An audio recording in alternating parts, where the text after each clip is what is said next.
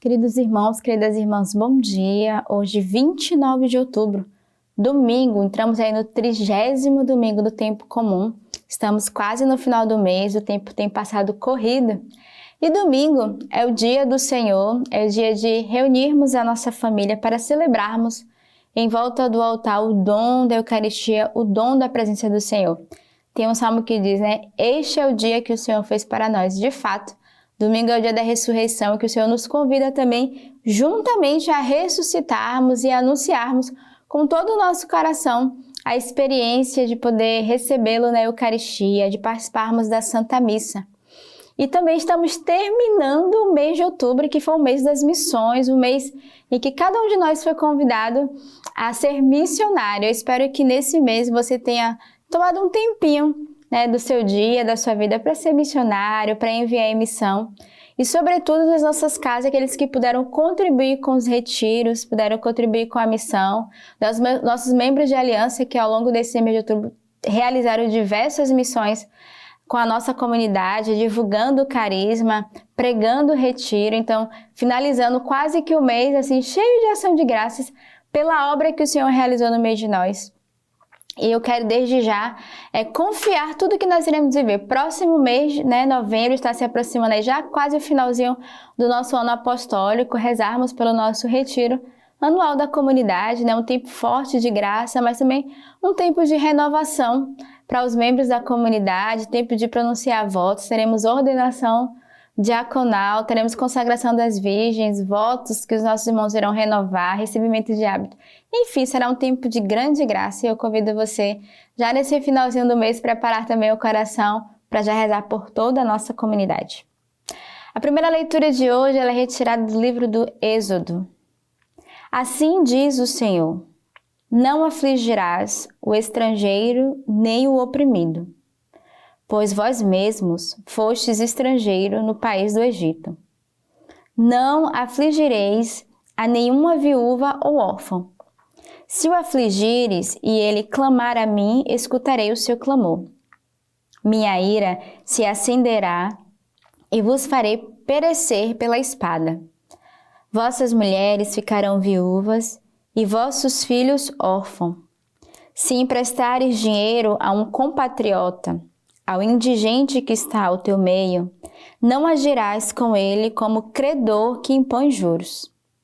Se tomares o manto do teu próximo em penhor, tu lhe restituirás antes do pôr do sol, porque é com ele que se cobre, é as vestes do seu corpo em que se deitaria.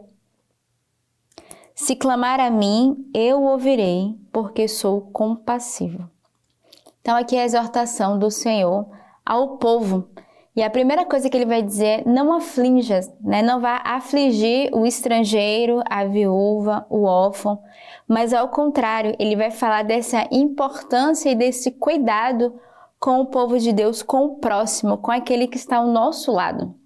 Então ele exorta, nos fazendo lembrar que eles são estrangeiros e por isso não deve com os estrangeiros reagir de modo forte, firme, oprimindo, mas ao contrário. Ele vai pedir essa graça, desse cuidado e de ser esse ouvido, porque o Senhor é um Deus compassivo.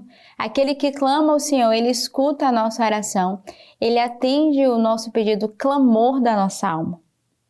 O salmo de hoje é o Salmo 17. Eu te amo, Senhor, minha força. Meu Salvador, tu me salvaste da violência. O Senhor é minha rocha e minha fortaleza. Quem me liberta é o meu Deus. Nele me abrigo, meu rochedo, meu escudo e minha força salvadora.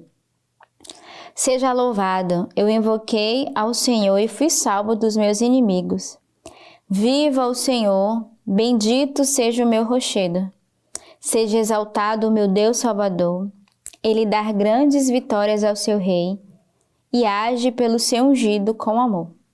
Então é um salmo muito bonito porque ele começa com uma declaração de amor ao Senhor. Ele diz: eu te amo, Senhor, tu és a minha força. Então hoje cedo, nesse domingo, somos convidados a declararmos o nosso amor pelo Senhor. Reconhecer não só aquele é a nossa força, mas sobretudo que o Senhor nos ama, age com misericórdia e nos salva, porque Ele vai justamente dizer: Eu te amo, meu Salvador, tu me salvaste da violência. Então aqui, qual é o movimento do salmista? Ele reconhece a salvação de Deus. Ele reconhece o seu amor para com ele e ele manifesta também, ele declara ao Senhor: Senhor, tu és a minha rocha, a minha fortaleza, é aquele que me liberta, o meu abrigo, o meu rochedo, o meu escudo e a minha força salvadora. Olha que bonito o salmista que reconhece, né, todos os detalhes do Senhor com a sua alma. Então hoje eu te convido primeiro a declarar-te pelo Senhor. Te declara dizendo: Senhor, eu te amo, porque de fato tu me salvaste, tu és a minha força, o meu abrigo, o meu rochedo, o lugar, o meu refúgio, aonde eu posso me encontrar. O libertador, aquele que nos liberta da tristeza, da angústia, da opressão que nós podemos viver. E aí o salmista, ao longo de todo esse dia, né, ele vai nos convidar a glorificar. Ele vai dizer: seja louvado, eu invoquei o Senhor e fui salvo. Viva o Senhor, bendito seja o meu rochedo. Seja exaltado o meu Deus Salvador.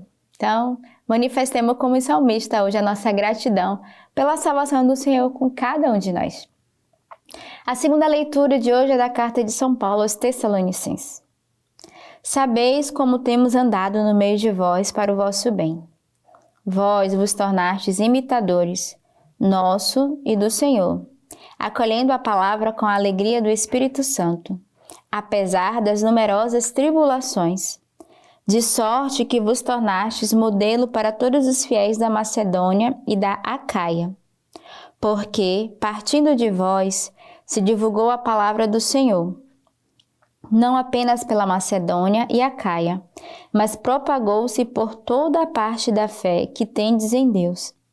Não é necessário falarmos disso, pois eles mesmos contam qual acolhimento que da vossa parte tivemos, e como vos convertestes dos ídolos a Deus, para servirdes ao Deus vivo e verdadeiro, e esperardes dos céus a seu Filho, a quem ele ressuscitou dentre os mortos, Jesus, que nos livra da ira futura.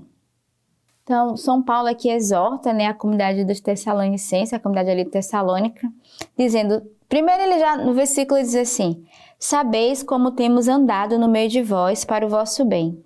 Vós vos tornastes imitadores nosso e do Senhor, acolhendo a palavra com alegria do Espírito Santo, apesar das numerosas tribulações. Ou seja, ele encoraja o povo porque ele vai dizer: vós caminhastes, né, no anúncio da palavra, imitando, né, acolhendo a palavra de Deus com a alegria do Espírito Santo, mesmo se eles passavam por tribulações. Então ele reconhecia que apesar da dificuldade das tribulações, aquela comunidade buscava seguir, ser fiel ao Senhor, à sua palavra, mas sobretudo o dom do Espírito Santo. Então o que essa leitura quer chamar a atenção a cada um de nós? Mesmo na nossa tribulação, nas nossas dificuldades diárias, não devemos nos afastar da palavra de Deus. Devemos ter a palavra de Deus como essa meta que nos conduz, que consola o nosso coração e que nos dará alegria, junto com essa força e essa graça do Espírito Santo. Aí ele vai dizer: tu te tornastes modelo para todos os fiéis.